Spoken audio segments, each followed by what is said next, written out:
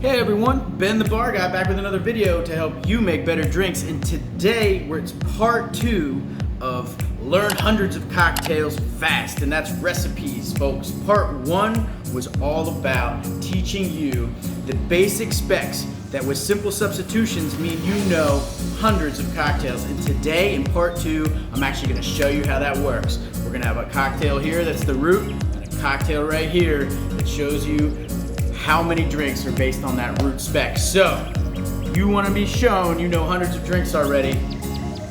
Grab a jigger and a cocktail. Let's make better drinks.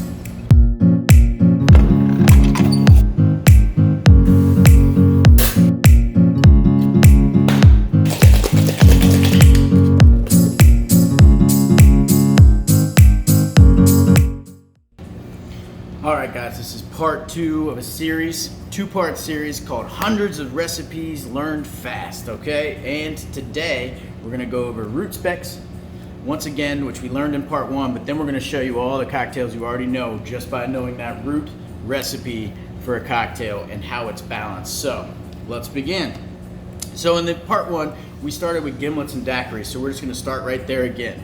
A gimlet up here is gonna be a scant 1 ounce lime, 3/4 simple, and 2 ounces of gin. That's what we learned the other day, okay? But you actually know a bunch of recipes on top of that gimlet. Down here, you'll see the south side. The south side is the mint version of the same gimlet, as you can see. But if you wanted to make an east side, you would just add cucumber to the south side, okay? Now those are all shaken up, but if you happen to shake them down, you would have a London made with mint and cucumber. So an east side down with gin is a London made. If you made it with rum, you could call it a Cuban made. And if you made it with tequila, it would be a Mexican made. Also, with tequila shaken up, it's called a Lado Este, the Spanish version of east side. Now there are other gimlet variations besides using mint and cucumber. You also have the Bennett, which uses Angostura bitters inside of it. We prefer one with Peychaud's from time to time around here. You also can use a product like this, Old Tom gin. Old Tom is a sweetened style gin. That particular one's from Brooklyn and is a higher proof gin, but you can substitute in Old Tom in the Bennett or any gimlet for that matter. So with gimlets, you can actually move to dark spirits as well. One of the names for a gimlet shaken either with bourbon or cognac, it's called a shake. So a cognac shake is just a gimlet with cognac, and a bourbon shake is just a gimlet with bourbon. Now if you add mint to that bourbon shake along with Angostura bitters, just like the Bennett, you have an expat, which is a cocktail that's a little more modern as opposed to classic, invented in New York in the milk and honey system of bars. Now you also can change out spirits, things that may be a little lesser known, like Applejack. Applejack, if you don't know, is an apple brandy. This is Applejack 86, which is perfect for us for making cocktails. Applejack is an apple brandy that's usually made by the jacking process, and it's very old. Well, Applejack, in this case, along with grenadine, would give you a Jack Rose. So importantly, the amount of lime will change based on what syrup you're using. But again, you can substitute any of these things out, get a great product. Let's move on to the second root spec we were talking about, the daiquiri. The daiquiri is a scant 1 ounce lime, 3/4 simple syrup, and 2 ounces of rum instead of gin in the gimlet. And it's also shaken up, typically. But there are many variations on the daiquiri we can get into. The first thing we can do is just make the number of daiquiris that were made at the Cuban bar, the Floridita in Cuba, in Havana. The daiquiri number 2 used 3/4 lime, a touch of OJ, half a simple, half curacao, and 2 rum. While the daiquiri number 3 was well known by Hemingway drinking it, and the Hemingway or number 3 or Papa Doble, he used to drink 2 of them at once, which is why it's called Papa Doble. That drink requires a touch of grapefruit, as you can see, 3, and maraschino, as well as simple syrup, in order to sweeten it. Now, here's the thing. Let's talk about that for a second. The daiquiri number 3, Hemingway turns out to be likely a diabetic, and they didn't understand it much back in the day, but Hemingway knew he didn't feel great when he drank a lot of sugar. So he liked drier cocktails, and one of the ways to dry out a cocktail is to use maraschino liqueur. Luxardo maraschino is the maraschino we use, and it's fairly dry, but we like to split it with simple syrup here in our Papa Doble. So we do split it, but remember, the original may not have had any sugar at all except what was in the maraschino liqueur. Also, we should talk about buttressing spirits. As you can see, the lime goes down when you add grapefruit, okay? And that's because you're adding a lot of citric acid with the 1 ounce of grapefruit, and we don't need as much from the lime juice. But without the backbone of lime, it's very hard for the grapefruit to have enough citric acid. So the way we buttress grapefruit and also pineapple is 1 ounce of grapefruit and ½ an ounce of lime juice. So just remember, your spec will change just a touch if you use grapefruit or pineapple, which brings us to a great drink, the pineapple daiquiri. And you can also make a pineapple daiquiri with aged rum, my favorite.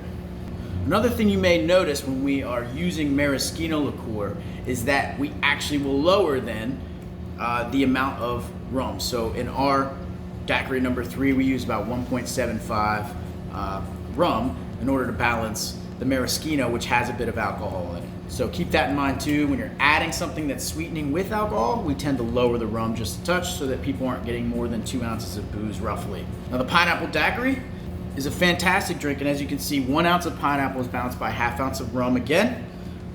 3/4 simple, 2 ounce rum. You can use aged rum if you want. Now you have a fantastic drink that almost everyone loves when they have it. I highly recommend it. In case you guys were wondering, there were more daiquiris. The daiquiri number 4 right here is the Hemingway without the grapefruit, otherwise the same, and the daiquiri number 5 used a split of maraschino and grenadine for its deliciousness. Other daiquiris you may like, the Cloak and Dagger. Cloak and Dagger brings in Goslings to the mix. It's aged rum, 1 ounce, split with Goslings to make yourself an excellent, darker, a little bit more brooding daiquiri for the winter, if you will. Another version is the Captain's Blood. That is a daiquiri with typically Jamaican rum if you can get it, but an aged rum for sure, a little bit of Ango, and you're off and running. Now, you guys may also remember that we added mint to Gimlets and got the Southside. Well, the rum version of the Southside is called a Brugal cocktail or a Maison Charles. The Brugal is made with aged rum, and the Maison Charles is made with white rum, French daiquiri. And all we're doing is basically making a Jack Rose with rum there. Then we also have honey syrup, just like we did with the Gimlet, the honeysuckle. The honeysuckle is just a daiquiri using honey, okay? So 3/4 lime, 3/4 honey, 2 ounces rum. And again, remember, when you're using our honey syrup, 3 parts to 1 water, you're gonna wanna measure it 3/4 instead of scant 1 like we've been doing with simple syrup. Now let's move on to the soda version of the Gimlets and the daiquiris. That's the Rickeys, okay? Now remember from the original video, the original daiquiri doesn't have any sugar, but these you can assume do when I'm speaking about Rickeys. We typically only make sweet Rickeys unless someone really wants just the original, which is perfectly fine. The East Side Rickey is exactly like the East Side Gimlet, just has mint and cucumber, as you can see here. If you want a little lower alcohol version of a Rickey, a Rome with a View, that is dry vermouth and Campari, 1-to-1 split. So there's an example of a drink. It's a little lower ABV with soda, similar to an Americano, which is just Campari and soda there. A bourbon Rickey, which is called a single standard. Very simple, just instead of gin, you're substituting in the bourbon. And again, it's a sweet Rickey. A couple Rickeys that you should know have some storylines behind it. You have the Southside Rickey or the Southside Fizz. They can mean the same thing. Fizz typically is an egg white drink served with soda. Harry Craddock, in his famous book, the Savoy Cocktail Book, printed in 1932, either mistakenly or knowingly, I'm not quite sure, called his Southside Rickey a Southside Fizz. So, if someone orders a Southside Fizz, you should make sure they're not a cocktail nerd reading cocktail books, and they know this little thing that Harry Craddock called a fizz that actually has no egg white. Either way, the Southside Rickey is exactly what you think. It's just a mint Rickey. And if you add just a touch of absinthe to the glass as a rinse, you would have what's called a Tritter Rickey. All right, let's move on to the sours. when we're talking about sours, in this case, we'll talk about the non-traditional sour first, meaning without egg white. We're gonna start right here with 3/4 lemon, 3/4 simple, and 2 ounces of booze. A sour made with honey would be called a bee's knees, and gin, of course. So you have 3/4 lemon, 3/4 honey syrup, and 2 ounces of gin for the bee's knees. A Gold Rush, if you wanted to make that drink down and with bourbon, you would have a Gold Rush. An interesting sour going back to simple syrup is the Too Soon cocktail, and we also make that sunshine, as we call it. If you were to cut a slice of orange and put it into your tin when you're shaking, okay, you would get what's called a sunshine method of making a drink, just a touch of orange juice in the drink. And in this case, after those 2 orange wedges are in there, you're gonna use 3/4 lemon, 3/4 simple syrup, 1 ounce Chinar, and 1 ounce gin for an interesting take on a non-traditional sour. This is Chinar, Italian liqueur that is made using artichokes and would be extremely bitter in a good way, but in cocktails can be balanced with a little bit of citrus, juice, sugar, or other sweetening agents. Another interesting sour variation that originally was a non-traditional sour is the New York Sour, which is a bourbon sour with red wine float on top. But you can also make it with egg white, down again, it's down on a big rock, and float the wine in the egg white. Just know that that wouldn't have been the traditional way that it was originally made. So the New York Sour kind of straddles, depending on where you're at, the non-traditional and traditional branches of this spec. Speaking of which, let's get into the traditional sours.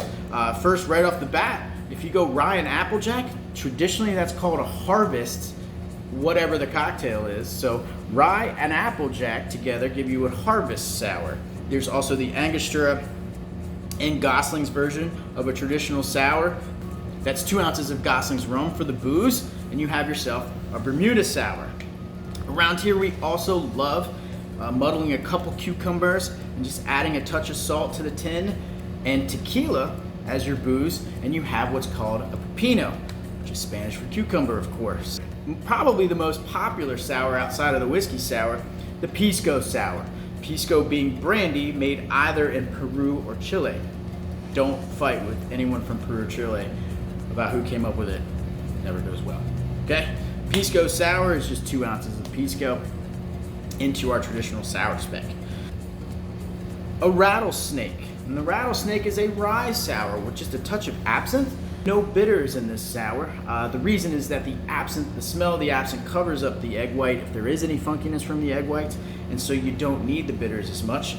An interesting example of a quick substitution for a sour that worked really well, we found, was the San Francisco sour. You may know that in San Francisco, Fernet Branca is very popular, especially as a bartender shot. So, what we thought is take the red wine float out of a New York sour and substitute a little Fernet on top, which is also very aromatic and menthol-y, if you will, and you have the San Francisco sour. So an example of a very simple substitution, things like that you can do at home and make so many drinks your own way. So that was the San Francisco sour. The last citrus drink we did the other day in part 1 was the French 75s. And as you remember, even on the board, we did the French 75, 95, and 125. The 75 is gin, the 95 is bourbon, and the 125 is cognac. I love to substitute, instead of cava or champagne, a rosé champagne or a rosé of sparkling wine of some sort on top of any of those drinks, and they're always delicious. You also have the Old Cuban. So the Old Cuban is aged rum, a touch of mint, Angostura, and you top with champagne on a 75. Delicious drink. The airmail, substitute honey for the simple syrup, and you get the airmail with rum. So as you can see, with some basic root specs, you now know tons and tons of drinks, and you can make your simple substitutions using maybe rye instead of bourbon, bourbon instead of rye, or cognac instead of your bourbon. Or you can split things like have rye and applejack go together, which is pretty popular.